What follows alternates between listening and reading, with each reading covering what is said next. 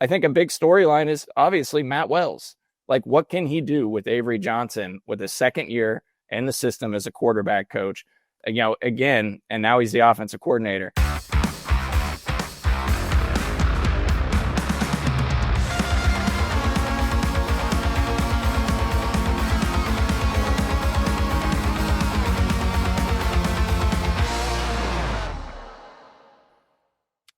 Hello and welcome into another edition of Prima. I am John Kurtz, joined by Derek Young and Cole Manbeck. We are all here. We are all ready to go to preview the K-State offense today, which is brought to you by our good friends at Holiday Distillery. There is still some summer left, you guys. August 4th. Make sure that you spend the rest of your summer with a great drink in hand. Ben Holiday Bottled and Bond Bourbon is the starting point there, but you can also check out 360 Vodka from our good friends at Holiday Distillery, great K-State folks. Who are hosting our watch party, by the way. I'm going to assume that link in the description if you want to get a ticket, $25 to come to our watch party for K-State Iowa State. Cole will cheers with you, whatever it is that you're drinking, toast you. Actually, I heard myself say that the other day. He'll cheers with you, and I was like, what the hell was I doing? He will toast with you, whatever it is that you have, which, I mean, of course, you're going to have Ben Holiday Bottled and Bond Bourbon because you're going to be at a Holiday Distillery. But link in the description to grab tickets. The tickets include food. You're going to get fed. You're going to get tastings. You're going to get a drink. Anything else that I'm missing here, Cole? Any other promises that you want to make about the watch party? Live pregame, live postgame shows with you and me. Maybe have a guest in there. You already mentioned it. The Irish Farms liqueur, is going to be on hand, on brand as well, because playing in Ireland and Holiday Distillery's Irish Farms. There'll be tastings of that, the holiday bourbons, etc. You'll get a welcome cocktail, food. I mean, what more could you want? It's going to be a ton of fun, and I'll say something stupid on the air. So a toast for every touchdown from Kansas State. How about that? Yeah, yep, that will work. And hopefully, if we go that route, I'm having to Uber home because we scored so many touchdowns. Wait, is Brody coming? Will Brody be there? Yeah, we're going to have to... He's not old enough to drive, John, if that's what... Well, I was test driving him this weekend with the boat just to see what his driving skills would look like in a pre-planning scenario for August 23rd.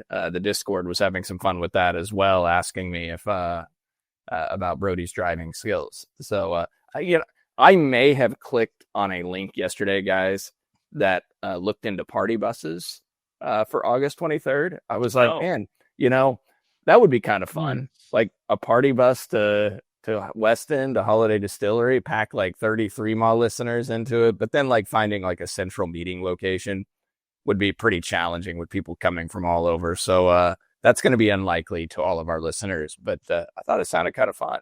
So maybe that'll be the tipping point to get Colm and Harambe actually there. You got the party bus. We have to send that sucker to Manhattan to get him.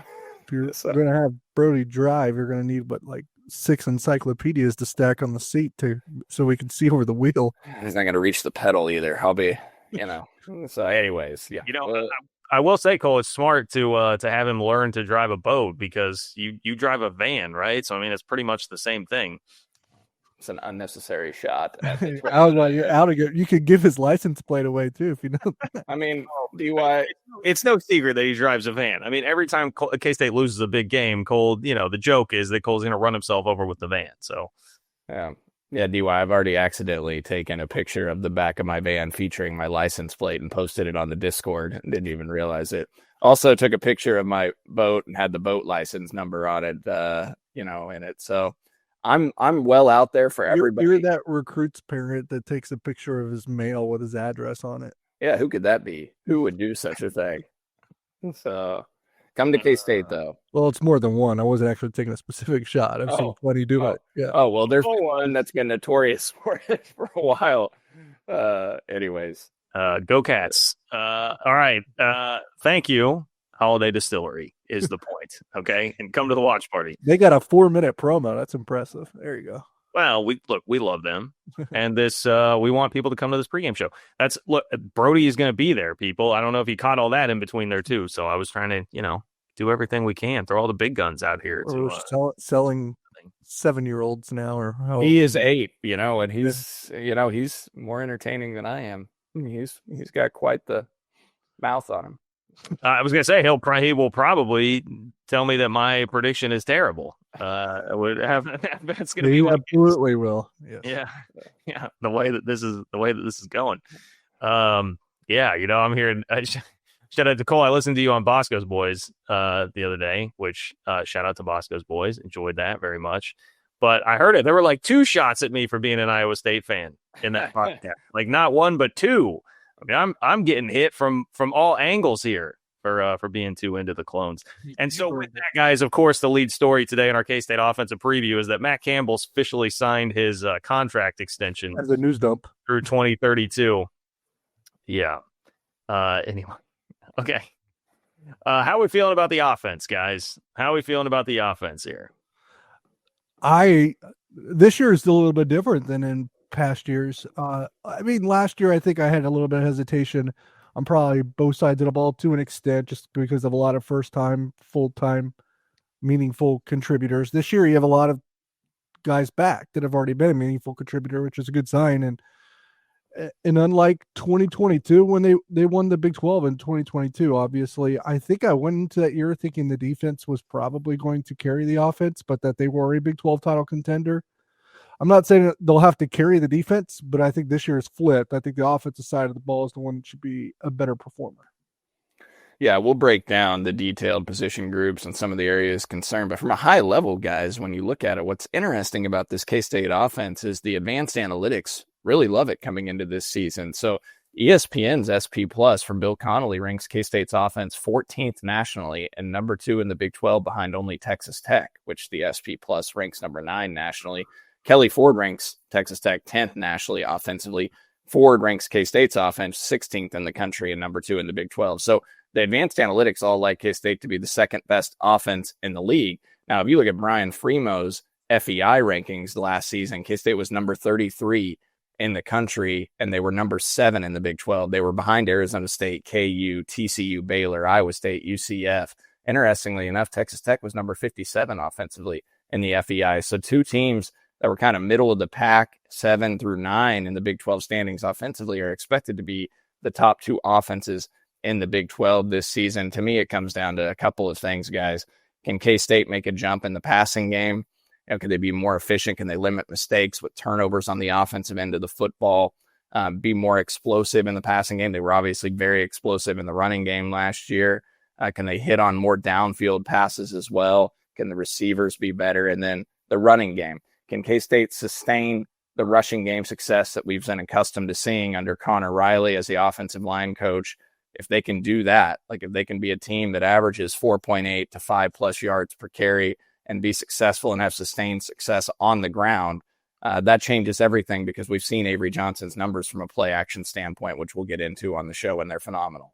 I'm a little bit different. The explosiveness is not really, I don't view that as much a key, because I almost baked that into part of the process here. They were pretty explosive last year, especially on the ground, as you said, and that's with Avery Johnson's longest run only being 33 yards. Now you lose DJ Giddens, but you're probably going to get more touches to Dylan Edwards, who's innately more explosive than DJ Giddens.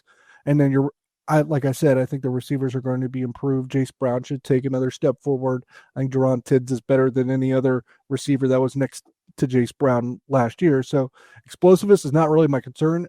Efficiency could be, because it was one of the more efficient offenses in all of the country last year. They broke the school record in yards per play. I mean, that's efficiency in general, with the combination of explosiveness as well. But so I worry about, I think, not worry is not the word, but I will watch for efficiency more than explosiveness. See, take into account Dylan Edwards, the first time he got real touches, significant amount of touches, was the Rape Bowl, right? And I think he had 3 of his plays accounted for 150 of his 199 yards. Yeah, John, I know you want to go here. Can I jump in though real quick, DY? I actually thought efficiency was a problem last year because they were explosive. You mentioned it, 6.57 yards per play. Yeah. I tossed my words there. So the efficiency is what I worry, but I also wonder if you still take a step back, because DJ Giddens was kind of that bell cow to rely on.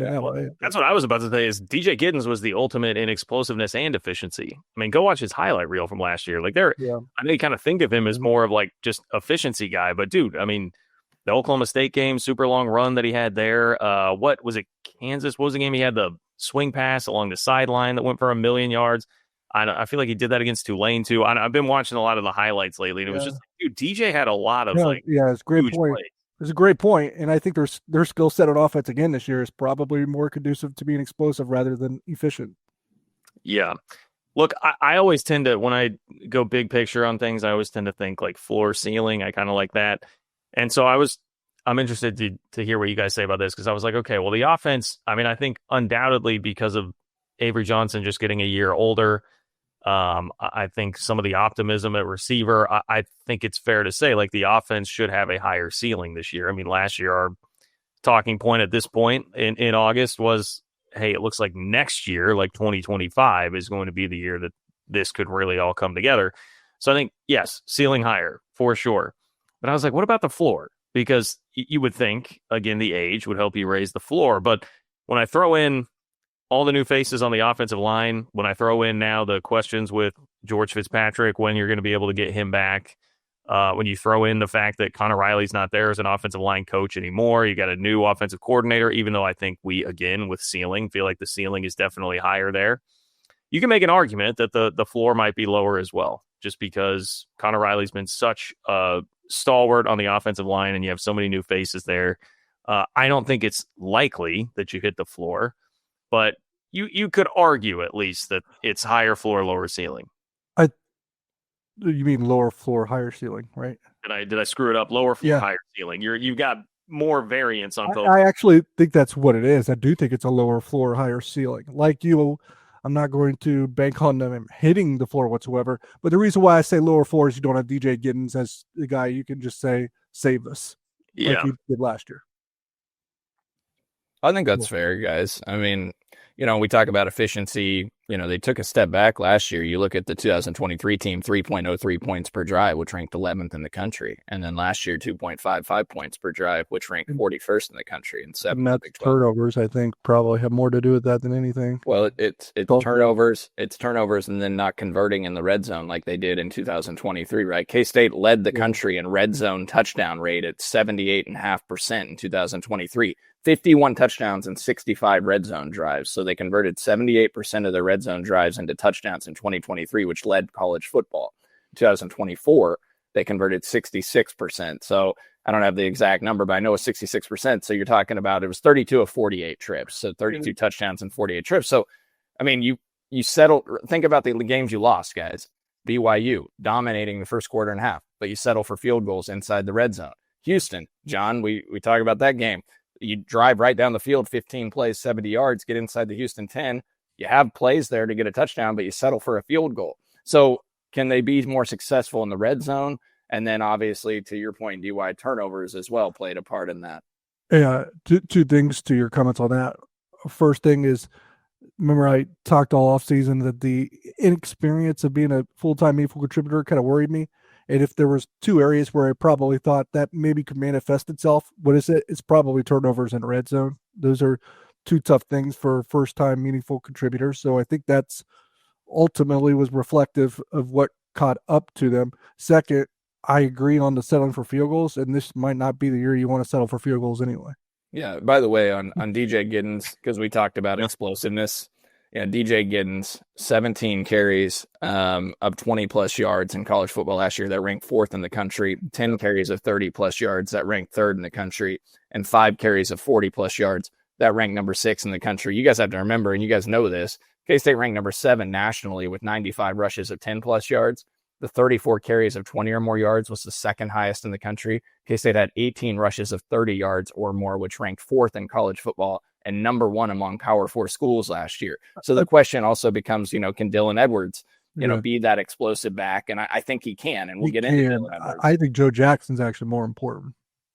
See, DY, I do have to tell you, you got some pushback on the Joe Jackson angle of outrushing Dylan Edwards on our Discord this week, because I know you're high on Joe Jackson, and there's nothing wrong with that. I think Joe Jackson's a really good player. I just wanted to let you know that the Discord thinks Dylan Edwards is going to be 1,000-yard back, and they think he's going to be the guy that leads this team. Cool. I will take that, wow. Discord. Now they're going to be pissed how dismissive you were of them. I mean, it could happen. It's not that like controversial to say either one. I don't think there's going to be a 1,000-yard back. That's And good. Could someone mock up just like DY's face and just like a quote that's just cool, like kind of like a MJ or something like in the background, just DY like sitting there. Cool. That's his response to you guys. All right. I really think Dylan Edwards is going to be more all-purpose than anything. Like, I think his rush yards are going to be impacted by also being as much of a receiver as I think he might be this year. That's my thing. Cole, those numbers are crazy on the explosive rushing from last year, but it doesn't surprise me. And I'm realizing now I screwed up. The swing pass was Colorado, right? Like after when they needed a huge play. And that's not even counting that, right? Those are just rushes. So Connor Wiley loved the swing pass, man. Well, and you're probably thinking like UCF game, I think it was in 2023. John DJ took like a swing pass, 61 yards for a touchdown. Yeah, there's that. I also remember last year, and maybe this is anecdotally, and I got it all wrong. It's just feel, but I think Kansas State failed to run the ball as well the last 4 games. So whatever happened, it like the last 4 games, it fell off a cliff before it kind of revived itself in the Rate Bowl. DJ got dinged up, I think. He got dinged up, and I think the offensive line wore down. Well, since we're talking running game, and I know we got to throw to a break, let me just get you guys these numbers. Obviously, DJ getting 6.55 yards per carry last year, which broke Darren Sproles' 2020 or 2003 single season yards per carry average of 6.49. He's number 2 all time on the career yards per carry chart. So that's a big question. Can they replace DJ Giddens, right? We've talked about 4 of the top 9 seasons in school history from a yards per carry standpoint occurring with Connor Riley here at Kansas State and Chris Kleiman from 2021 to 2024. 4 of the top seasons in yards per carry. Dylan Edwards, 546 yards rushing last season, 7.4 yards per carry. 74 rushing attempts, guys, but 17 of them went for 10 yards or more. That's nearly 23%, which is a really remarkable thing. Now, the question becomes, why the hell did he only have 74 rushing attempts? And why, until the bowl game, here I am getting on my soapbox again, why until the bowl game did the most touches between receptions and rushing attempts that Dylan Edwards had was 10. 10 in a game going into the bowl game. Now, I get you had an all-American type running back in DJ Giddens. I know he wasn't an all-American by the services, but he was a hell of a player. And there's a challenge in taking him off the field. But when you had Dylan Edwards' explosiveness, you got to get him more snaps. And obviously, he's going to get that opportunity this year. Parker Eves on our Discord, guys. Dylan Edwards, first among all Power 4 running backs returning in 2025 in yards per carry, 5th in breakaway percentage, the amount of runs that go 15-plus yards relative to rushing yards. 6th in yards per carry after contact. He averaged 4.15 yards after contact per attempt. This is from Dalton Wasserman of Pro Football Focus. Quick plug here. I just had Dalton Wasserman on the show that dropped Monday morning from the Pro Football College Football Show. That phenomenal stuff by him. Dylan Edwards, 4.15 yards after contact per attempt. The only Big 12 running back with at least 70 carries to do more than that was DJ Giddens. So, yeah, that tells you how Dylan Edwards has the physicality to his game. He can be explosive, obviously, as well. And can he take it to the next level? You know, it's interesting. DJ Giddens in 2022, before he exploded on the scene, he had 89 carries for 518 yards that year, ranked 3rd on the team, 5.8 yards per carry. Dylan Edwards, 546 last year. Another thing to think about is we're saying Dylan Edwards didn't get enough touches last year, and I agree. And even with those touches, he still got hurt. Well, yeah, but it wasn't even it was kind of a fluke play going to the sideline, right? Non-contact, and it was late in the year, so he missed a game. He missed 1 full game and most of 2 others, I would say. He's bigger. We do know that this year too. When Cole talks about taking contact and look, I was just throwing it out there. Yeah, I think he's definitely a guy that can be more durable than you would think just by his height, at least. I don't disagree. Okay, more on the offense coming up in just a second. Looking for tickets for your next event? Tickets for Less is your #1 source. Save big on every purchase when you use promo code KCSN at ticketsforless.com. Success in real estate takes more than vision. It takes the right financial partner. When someone takes something rundown and turns it into something great, that's called a comeback story, like Brain Group. They take distressed properties here in KC, completely rework them, and then turn them into valuable real estate. But that kind of work needs the right bank behind it. Enter Emprise Bank. They're not about cookie-cutter loans. They saw Brain Group's vision, backed them, and now they're making big moves in Kansas City real estate. Talk about your partner in possible. Emprise doesn't do one-size-fits-all financing. They invest in potential and back growth. Visit emprisebank.com/KC to learn more. Emprise Bank, member FDIC, equal housing lender. Folks, nothing beats hanging out with the boys on a hot summer day and watching some baseball. And the simplest way that you all can get in on the action is to download the Pick Six app from DraftKings. It is crazy simple. Just pick more or less on the stats for two or more of your favorite players, and boom, you're in the mix for big cash prizes. And the best part is, Pick Six is available right here in Missouri. Don't miss out on the fun. Don't settle for a smaller payout. Switch to Pick Six, and right now, new customers can get $25 in bonus picks with their first deposit of $5. Here's what you got to do. Download the DraftKings Pick Six app now and then use code KCSN. That's code KCSN for new customers to get $25 in bonus picks with their first deposit of $5. Better payouts, bigger wins, only with Pick Six from DraftKings. The crown is yours. Gambling problem? Call 1-800-GAMBLER. Must be 18 plus. Age and eligibility restrictions vary by jurisdiction. Void where prohibited. New customers only. Minimum $5 deposit. Bonus picks expire 168 hours after issuance. For additional terms and responsible gaming resources, see pick6.draftkings.com/promos. Well, Joe Jackson is the other running back, another guy. And speaking of injuries, I mean, he has definitely been injury prone in his K-State career. You have Antonio Martin coming in as someone who can be a more physical big back. Devon Rice has drawn some positive praise throughout fall camp. Whatever you think about saying fall camp, I'm going to say fall camp. He's drawn positive praise not only there, but in the backfield, but as a guy who could be an option in the passing game. What else do we need to say here about the running backs? Like, how are you feeling overall about the position as a whole, not just Dylan Edwards out at the top? As a whole, no true worries. Just toss out some things here. The movie Moneyball, they're talking about replacing one of the players, and I forget who it was at the time, but then he rattled off 3 players and said, we'll replace them in the aggregate. I think that's what you're going to get with DJ Giddens here.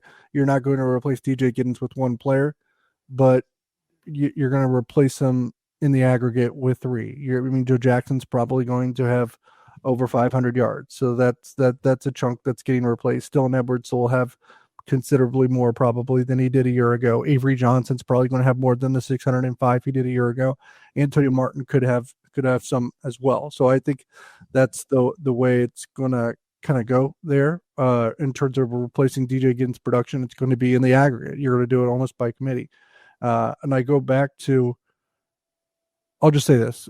We know Joe Jackson has had a couple injuries despite not playing a bunch. Dylan Edwards had an injury last year, missed a game, most of 2 others. Antonio Martin's already missed practice. So your top 3 backs on your depth chart have all been banged up to some extent in the last year. And I think back to 2019, the last time they did a by committee approach, and some of that was injury dependent because James Gilbert was banged up for some of that year. Jordan Brown was banged up for some of that year. They went to Harry Trotter, I think, as the third back here and there. And I think he had over 200 or 300 yards. James Gilbert led that year with 737. I know Cole and I had talked about that with the injury possibilities and the way that this thing is shaping up. I think they're probably going to be a better rushing team than they were that year, but the numbers are going to maybe be similar in terms of a by committee approach. And that's why I don't think there's going to be a 1,000-yard rusher, and why Avery Johnson has a really good chance to be the leading rusher. Yeah, it's been obvious since day one that they like Joe Jackson a lot. Look, he was a top 20 running back, and the recruiting class that he was brought in on, he was kind of outshined because, K-State was chasing Dylan Edwards in that class. Avery Johnson was in that class as well, but Dylan Edwards had a lot of Joe Jackson, had a lot of Power 4 offers at the time. And remember, like, there were moments just last year alone, early in the year, where Joe Jackson was on the field instead of Dylan Edwards at points. Because touchdown. Did he catch a touchdown against Tulane? Got called back. Got called back for, I think, an illegal man downfield. But Carver I think, Willis? it was Carver Willis. Someone was certain.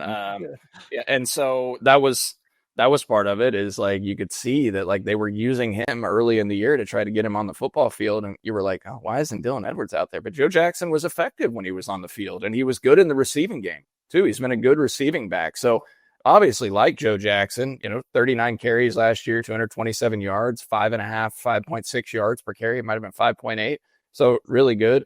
I think he'll be fine. Antonio Martin will be that guy that can get you the short yardage situations that you need and take some of the wear and tear off of Jackson, as well as Dylan Edwards, and allow you to use Dylan Edwards more in different roles, like DY said, and a multiple of factors. And I did want to mention one number on Dylan Edwards, so guys that I think will take a big jump this year. I mentioned 23% of his runs went for 10 yards or more last year, but he only had three runs of over 40 yards last year, and he only had 4 runs over 30 yards last season. And 3 of those occurred in the bowl game and against KU. Actually, all 4 of those 30 plus occurred against Rutgers and KU.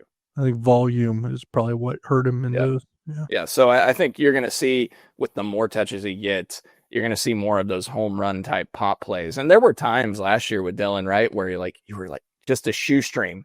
A defender might have gotten him and he was about to go. So I think we're going to see an increase there as well with volume. You're going to see more of those explosive plays, and hopefully you can come close to matching, what DJ gave, because DJ, to a lot of people's surprise, was one of the most explosive running backs in college football. Mason's doing that Mount Rushmore series. He actually had DJ Giddens on it for running backs. So, he's right fair. I mean, our conversation at one point in the season, like right after Colorado, I think, Cole, because that's when it was at its hottest. Like we were like, is he better than Deuce Vaughn? Like we had that conversation at one point. I think, to be honest, I think he was better than Deuce Vaughn, but I think Deuce meant more to K-State at the time.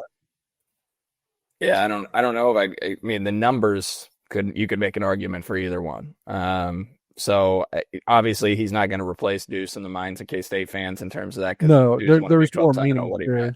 Yeah. But both just tremendous players, and I could see that you could make an argument for him being a top DJ, 4 back. And DJ's going to have a much better pro career than Deuce too. Yeah, it's looking like it. I've seen a lot of good things out of Indianapolis right now. I have an announcement to make here. I'm talking about running backs, the rest of the backs. This won't be popular for those that have followed the history of this, but I'm going to make Devon Rice my guy. Okay. Devon Rice is my guy. I was excited about it. Look, explosive dude. I know he flies under the radar because you have so much explosiveness already on the offense, but I liked what I saw and heard of him when he came into the program. And now that we're getting a little bit of buzz here, give me Devon Rice. It's my guy. I'm going to guess you're going to have to wait a year. That's my guess. Devon Rice, I'm sorry. Rest in peace to your football career. So I'm going to guess you're going to have to wait a year. If he's good enough to be somebody's my guy in 2025, something probably happened to either Joe or Dylan. Well, it's special teams, maybe he can be the guy to bust a return or two. Yeah, he'll probably do some of that. Yeah, I mean, if he can be a nice special teams resource for K-State to deploy, and then spell Dylan Edwards in certain situations as well, because again, he's a guy that can play different roles as well. You can probably split him out wide, get him in the receiving game with this explosiveness. Maybe a little bit in the running game too. Yeah. Well, that's the thing, Cole. I'm glad that you bring that up. Patreon.com/3moff. If you want to join the chorus of people in the Discord that don't buy any of the wide receiver hype, they tell me the receivers won't be very good. So then Devon Rice can just slide in, be a nice receiver, help out the passing game. And maybe that's a nice transition here to our top storyline today, which is brought to you by our good friends at Alenco for all your home improvement needs. Great to have Alenco back here for the season. You guys know the deal if you've been listening for a while. They are family-owned company of K-Staters here for all your home improvement needs. Go to alencohome.com, ALENCO home.com to learn more. But the receivers seem to be somewhat polarizing. Jace Brown, best year for a K-State sophomore last season. Great. Love that. But now, can Jace Brown take the next step? We're hearing good things about this. I am very optimistic on Jace Brown having the potential to be a 1,000-yard receiver. And Jerron Tibbs, probably the more controversial part of this. I think people generally believe in Jace Brown as a very good receiver. But it's what is going on with Jerron Tibbs and Jaron Bradley, the transfers at receiver. We can go further down the depth chart if you would like, but I think those are the two that have drawn a lot of hype And people are skeptical about that hype because I get it. If you're playing the odds, a K-State receiver since 2014 when Tyler Lockett and Curry Sexton stepped off campus, generally you're going to be wrong more often than you are right about them living up to whatever hype has surrounded them. So where are you guys at on buying into the hype of the receiver room being better this year? I'm in it. Yeah, I think it'll be better, but that again, low bar. Like, if we're being quite honest, it's a low bar. I think if you don't believe in Chase Brown, you're kind of crazy, right? At this point, he had 823 yards last year. He hasn't reached Curry Sexton or Tyler Lockett rarefied air yet, obviously, from 2014. But that's basically all that's left for him to kind of eclipse. I mean, he's already had a better season than what we saw from, for example, Dalton Schoen, Malik Knowles, Byron Pringle, who's probably, the three best since then are in those three, and I could be forgetting some. So I would say Chase Brown's probably eclipsed those three at this point, at least to me. And the question is for the rest of the room. And I'll just say this. I like two wide receivers, and the jury's out on the rest for me. I like Chase Brown, and I like Jerron Tibbs a lot. And I think Jerron Tibbs is going to be the real deal for Kansas State. The rest of the room, to me, kind of got to see it to believe it.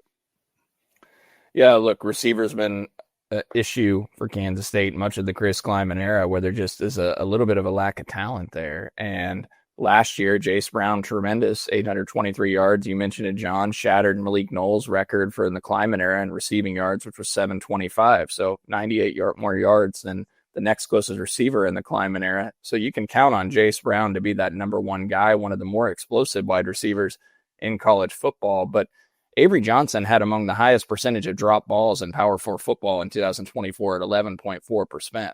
And K-State's receivers had the fifth worst receiving grade in the Power 4 as a team, according to Pro Football Focus, with the 61 receiving grade. They have to be better out wide for Avery Johnson, and they have to be more playmakers. Keegan Johnson, second on the team last year with 359 yards, and that was a guy the hype machine was rolling on for 2 years. He could never stay healthy, and the results just weren't there. Everything was lacking when it came to that.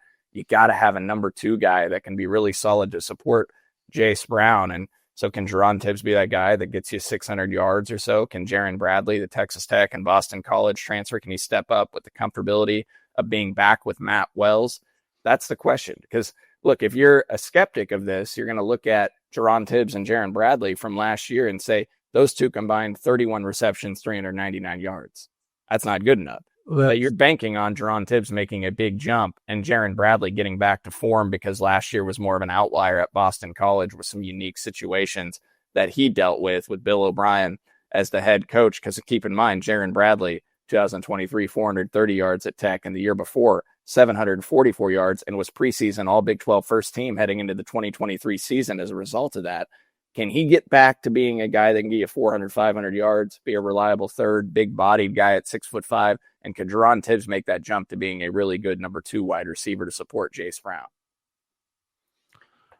I think the way DY framed it is pretty fair. Like we've heard enough about Tibbs at this point that I am inclined to believe it. Okay, I'm inclined to believe it. But Jaron Bradley, who has the better season of the two, by the way, if you go back to his career at Texas Tech, like when he burst onto the scene, I mean, he was a great, a tantalizing talent. Looked like he was going to be awesome, but it's just been a long, circuitous route for him to get here to K-State through a bunch of transfers. And if you talk to people at Texas Tech, attitude issues there for a little while.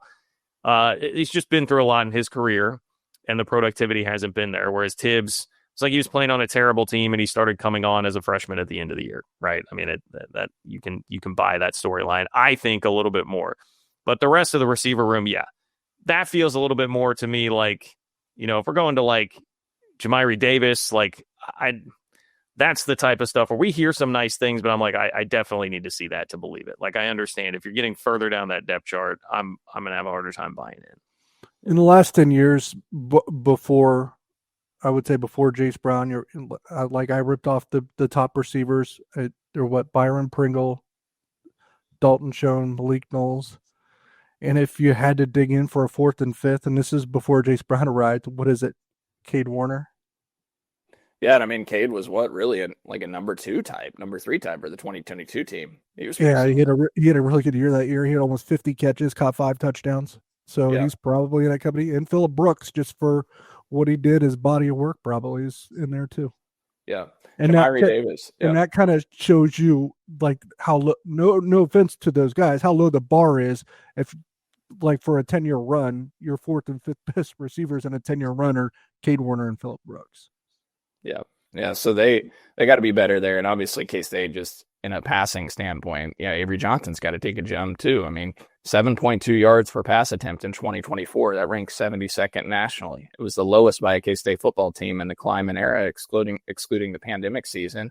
In fact, K-State's trended worse from a yards per pass standpoint over the past few seasons. They averaged 8.3 yards per pass in 2021. That was 29th in the country. 7.6 yards per pass in 2022, 7.4 in 2023, and then 7.2 in 2024. In K-State's pass efficiency, 134.5 last season, a mark that ranked 68th in the country and 10th in the Big 12.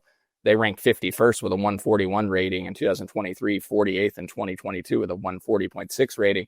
The 134.5 pass efficiency in 2024 was the lowest by a Kleiman team, excluding the pandemic season. The 2019 team's pass efficiency rating was only slightly better at 134.7. Avery's 72.9 passing grade by Pro Football Focus, number 60 nationally as well. So they got to be better from a passing standpoint. Now, Avery made mistakes, obviously, 10 interceptions, but it's also worth pointing out, guys, that Will Howard, who had a ton of experience heading into 2023, had 10 interceptions as well. K-State's quarterbacks had taken care of the football in the Kleiman era. 6 interceptions as a team in 2022, 7 in 2021, 5 in 2019. So they've done a really nice job of taking care of the ball. Avery has the 10 last year. But I think sometimes the hype machine just got out over its skis, and I'm guilty of that, obviously. I listened to Danny Cannell say something, a tweet I saw on social media, and I thought he made some valid points that, like, Avery Johnson, like, the hype was so high, but really what Avery did last year as a quarterback, and when you look at his respective recruiting class of peers of top QBs in that class, like, he was out ahead most of them. Like, we just forget the growth pattern of quarterbacks in college football. I've kind of said that all off season. Like, even a incremental step forward would really make his numbers look super impressive and maybe reflective of an all Big 12 quarterback. And one of my keys, I wrote keys to Kansas State kind of getting to Arlington not long ago, and I said Avery's got to be one of the best quarterbacks in the Big 12, if not the country, I think, for it to happen, because I don't know, in 2022, I think every conference champion has to have one dude on each side of the ball that they can really rely on. In 2022, you had multiple on defense between Julius Brents, Felix Anudike-Uzomah, just flat out studs. And on offense, you had Deuce Vaughn. And this year, I think you have Austin Romaine, maybe even one or two other potentials on defense, but you don't have a Deuce Vaughn or even a DJ Giddens type guy, unless, someone, comes out of nowhere and really grabs it and runs with it. I think it has to be Avery. So I think that's where I am on that, but you nailed it. And I will say 10 interceptions sounds like a lot to Kansas State fans, because they were used to like throwing only like 3 or 4 a year because they were so conservative with the passing game and didn't really take downfield threats because they just the way the offense commanded it and how they chose to be from a philosophical standpoint. But like across college football, 10 is not a ton. Let me blend the receiver conversation with Avery for just a moment here.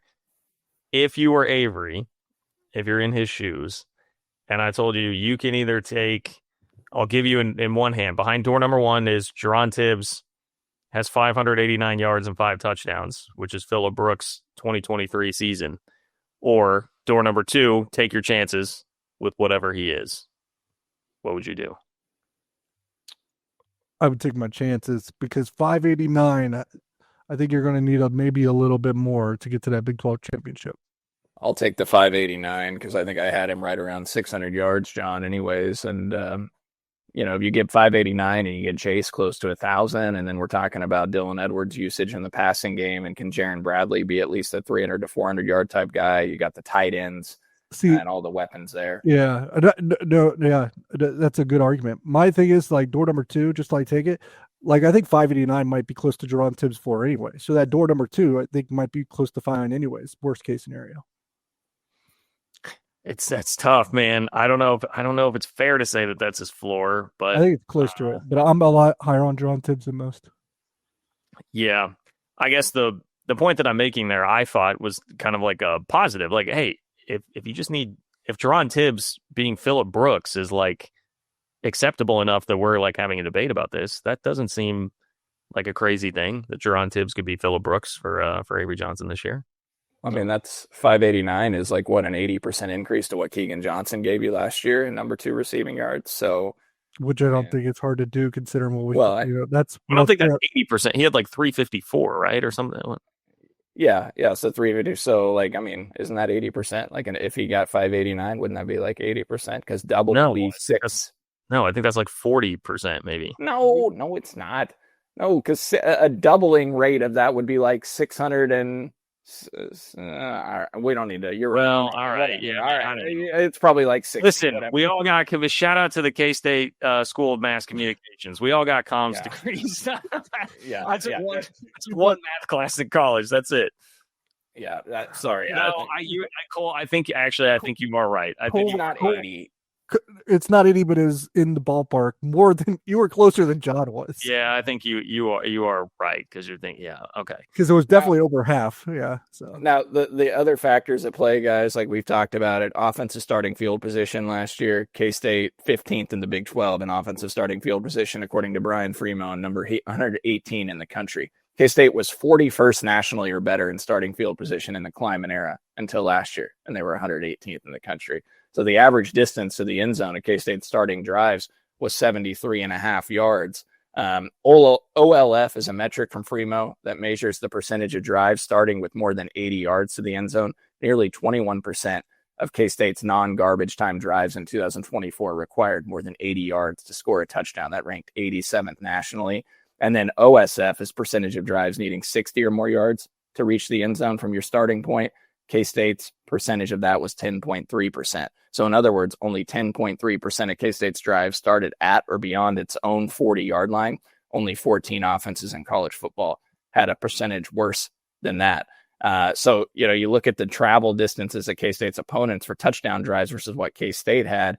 K-State's opponents had 15 touchdown drives of 60 yards or less in 2024. They recorded 11 touchdown drives of 50 yards or less, 9 of 40 yards or less. They only had 2 touchdowns at 80 yards or more, K-State's opponents.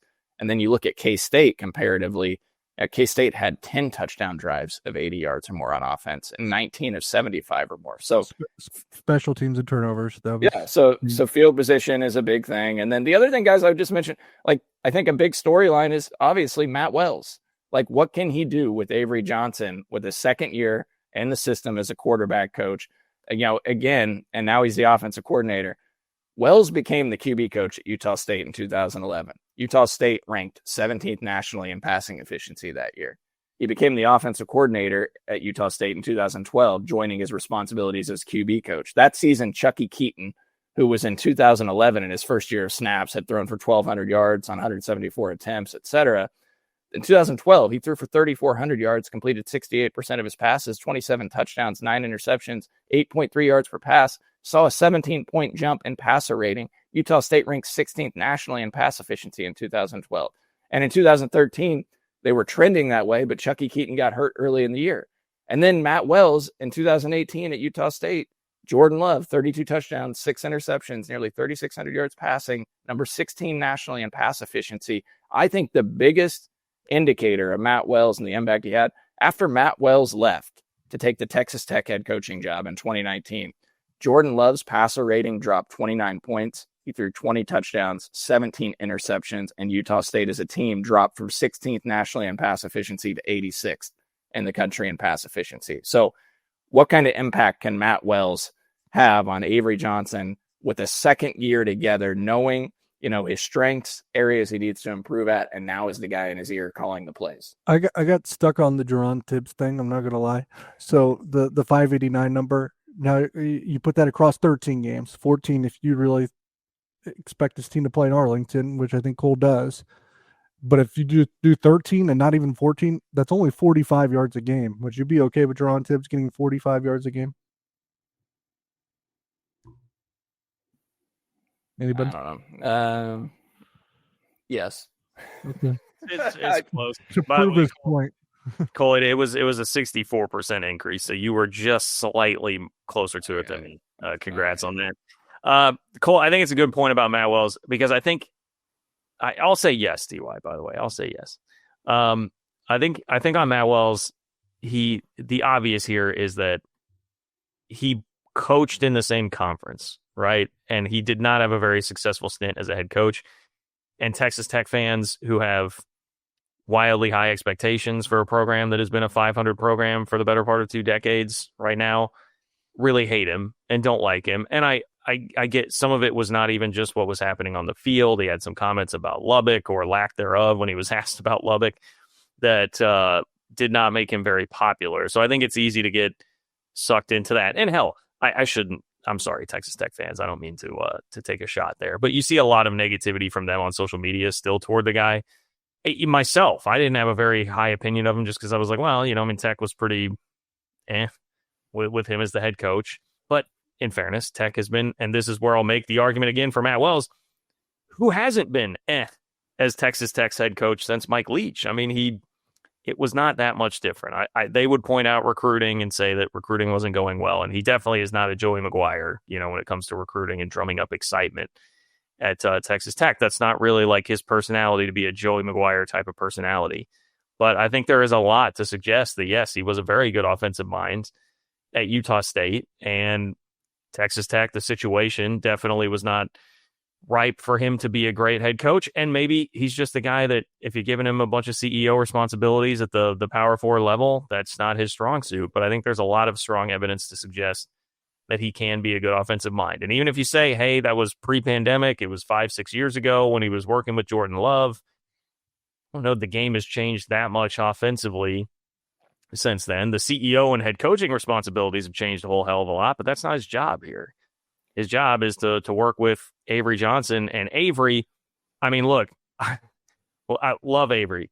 I thought it was so easy to read between the lines of what he was saying when DY asked him at Big 12 Media Days about working with Matt Wells as opposed to Connor Riley. I mean, he basically came out and said he was close to saying that he kind of sugarcoated it a little bit, but he more or less was saying, like, yeah, I feel more comfortable. Like, I feel more comfortable with this. And I think that will make a big difference. So Chris Kleiman's Connor Riley's biggest fan and will always be his biggest fan. And even he has kind of implied it. Let's be honest. Yeah. And I mean, think about, you kind of implied this, John, but like the hand that Matt Wells was dealt at Texas Tech, 2019, he comes in off the Cliff Kingsbury disaster, and Jet Duffy is his leading passing quarterback, 2,800 plus yards. I know. Oh, I did love Jet Duffy, man.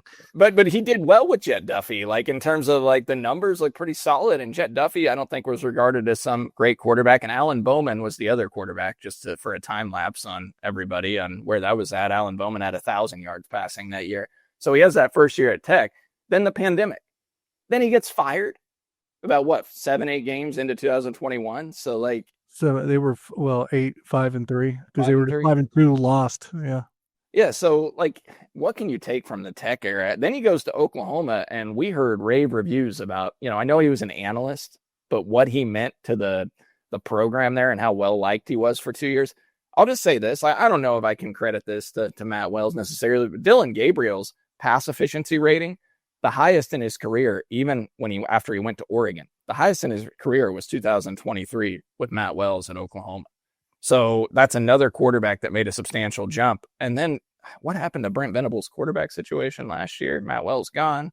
Remind me. Oh, that's right. They were a complete debacle. Now I know the offensive coordinator. What's his face went? Who was their offensive coordinator? That was former K-State head coach Seth Luttrell. Yeah. So, and obviously also who was it that took the Mississippi State head coaching job? Their offensive coordinator left. Jeff Levy. So Levy. So that played a part too. I'm not attributing all the success of Gabriel to Matt Wells, but I just think, the buzz we heard about what he meant to that OU program in the couple years, the impact he had, like everywhere Matt Wells goes, I can only imagine how much better the combination of Matt Wells and Jeff Levy was than Seth Luttrell. Yeah. Yes. Yeah.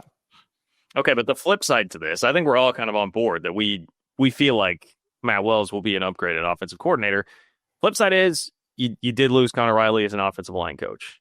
And that is, we've gone 47 minutes, this entire show, without actually talking about the offensive line, which, if you're thinking question marks. Buried the lead, yeah. Yeah, you're thinking question marks with the team, especially now that you have the George Fitzpatrick issue, which, good news is seems like he's doing way better, first of all, but also don't know exactly when he'll come back. Pete Nakos, right, had the report out there that it won't be for Iowa State. I don't think any of us had any kind of illusion that was going to happen. So you're going to have to play at least one game without him. Thankfully, you have other reinforcements there, especially while John Pastore is healthy, knock on wood for right now, and you hope that continues. But I think a lot of talent, for those that complain about recruiting and Chris Kleiman, if you look at what they did in the portal this offseason at offensive line, you go out and get transfers from Penn State, USC, and Ohio State. They did a hell of a job, I think, in bringing in a bunch of talent, but how does that mesh? And how does that mesh with Brian LePack? And how does that mesh with Brian LePack now taking over the offensive line with a bit of a wild card, a -1 thrown in there with what's happened with George Fitzpatrick? So that is the real big question mark here. Glad George Fitzpatrick's recovering. Obviously, as you said, he'll miss at least one game. I'd be surprised if it's not more. I think it'd be quite the accomplishment for him to only miss one game. So I'm looking at an projected offensive line of John Pastore at left tackle, Taylor Portier at left guard, Sam Hecht at center, JB Nelson at right guard, and the right tackle probably, it seems like a 50-50 proposition right now between Terrence Enos and Andrew Langang. I'm not really panicking over that group. It is reliant and dependent on Pastore staying healthy until Fitzpatrick is ready to take that back. But if that happens, if Pastore stays healthy, I'm not really panicking over that group. Now, I'm surprised Andrew Langang hasn't really went and grabbed a starting spot just like everybody else. I get that. But if the worst case scenario is Andrew Langang's your starting right tackle, I feel okay about that. I thought he was a better tackle last year than a guard. And I think Sam Hecht's an all Big 12 center. He was second team all Big 12 last year. I think he could be first team all Big 12 this year. He's really good. I think he added another 10 pounds. Taylor Portier is as healthy as he's been in about 3 years. And I think JB Nelson's a stud. So I'm not, it's wild to think about what has happened with this group, but I'm actually not panicking about it. The one, if you're going to be glass half empty, you're like, what happens at left tackle? Is John Pastore just going to step in and be a dude? We'll see. Is John Pastore going to stay healthy? We'll see. And from a cohesion standpoint, you're putting a lot of guys together that haven't played a lot of college football together yet. Look, we know K-State's offensive lines have produced a lot of great running games in the Kleiman era, with Connor Riley leading the charge with that offensive line, top 20 nationally in line yards with 3.4 per rush last year. That measures the number of rushing yards, which are attributed to the offensive line. But I'll throw this in too, guys. K-State's offensive line allowed just 1 sack per game last year. That ranked number 10 in the country. And they ranked number 12 in the country, allowing 3.9 tackles for loss per game. Now, some of that can be attributed to Giddens' sheer willpower to find Avery's mobility. And Avery's mobility, exactly, which that'll still be there. Yep. John Pastore is a critical component of this offensive line, maybe the most critical right now, with Fitzpatrick likely going to miss some time. Yeah, 114 snaps last season, including 28 at Tulane at offensive tackle, a guy that Chris Kleiman acknowledged they were going to be rotating in much of last season, but he got banged up, and that set him back some. And that's been kind of the story of the talented fourth year's career. Can he stay healthy? Because if he can, he can be a really solid tackle for K-State. Andrew Langang, a career high 365 snaps in 2024. He can play on the interior and exterior of the offensive line, tackle. And then obviously JB Nelson, he's got some versatility to him. Now, I believe he's only got 45 career snaps at left tackle and then 11 at right tackle, but he came to Penn State as the number 1 junior college offensive tackle in the country. You ideally want him to be able to play guard, and right now I think that's where he's to be. I don't even think he's taking reps at tackle right now. So. Yeah, but in a pinch, he could slide out. And then can Taylor Portier make a jump again, as he's another year removed from 2 devastating knee injuries? This is what, year 3 removed from that? Can he get all his strength back and get back to where he was pre-knee injuries? He'll never probably be at that level, but that's not realistic to expect. But, he's a veteran piece. Sam Heck, a great center for Kansas State, second team all Big 12 by a lot of services heading into this year. And I think Sam Heck being back is a big thing, guys, because when you're replacing guys on the offensive line, to have your center and the guy that's communicating everything up front and responsibilities, to have him, be the guy that Avery Johnson's taking the snaps from is significant.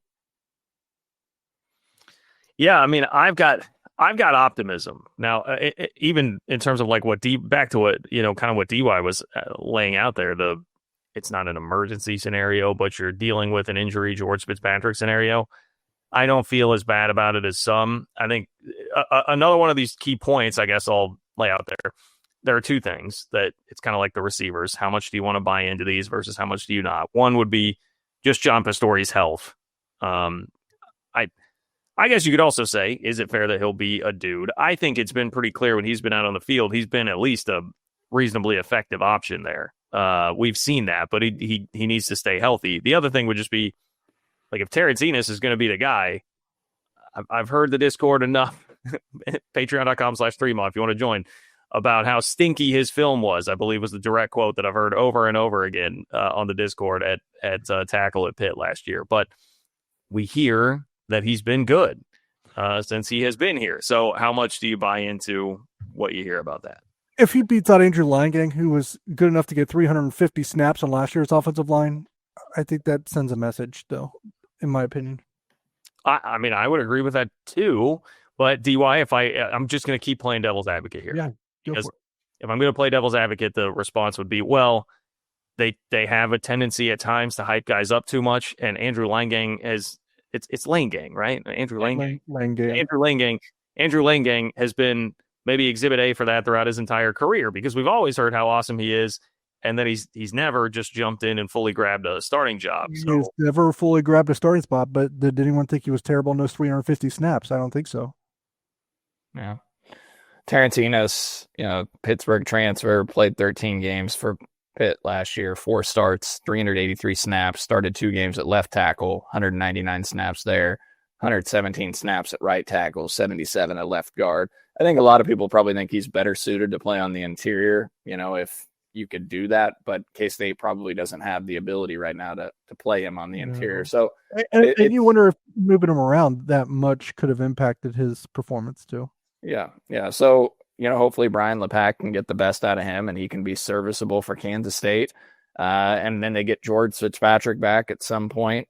And then Gus Hawkins, as the season goes on, maybe he gets some experience and continues that growth pattern and evolution. And maybe by the midpoint of this next season, he's a guy that can step in and give you some snaps too at tackle. So that's kind of where we're at on the offensive line. But you can't lose another tackle. Like that's the concern, is because of what happened with Fitzpatrick, is you can't see another one go down or you're going to be in a world of hurt, especially Pastore. Like he's the most critical piece of that offensive line, and the injury history has you concerned.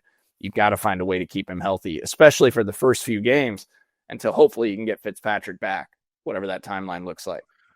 That was probably my next point. Maybe a good finishing touch on it being, I actually don't mind the group that they're assembling together for a starting 5 and maybe a 6, but to Cole's point, the margin for error has essentially disappeared.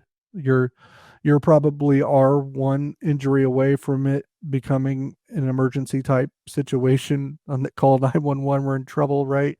In terms of where the offensive line could be if they were to lose someone, to another injury. So that's the problem here. So, but if they do stay, if John Pastore stays healthy and doesn't become vulnerable to his injury proneness from the past, I think they're going to be fine. And when George Fitzpatrick comes back, then I have even more confidence in this group. So they need to stay healthy until Fitzpatrick returns, but I think this group is good enough. And even with the depth, I mean, I have a hard time really blaming them much for that. I mean, obviously the George Fitzpatrick thing was just a freak thing that happened. But even beyond that, I mean, they when they went and got Terrence Enos, we were kind of like, and JB Nelson, like that happened late enough. We were kind of like, oh, that's that feels like pouring it on at that point. And this is after, by the way, they had what was the Wagner kid's name? I mean, they went and got the Wagner kid who didn't work out. Brandon Snee. Yeah. Brandon Snee, yeah, right. So they've done a lot. I mean, they've done a lot to try and replay. Enos Palalele too. Yeah. Yeah, we haven't even talked about him. Yeah. Yeah. Do you feel like he'd be a legitimate depth piece? I know that's on the interior, but I don't know. Yeah, I haven't heard a ton from him, so we'll see. Yeah.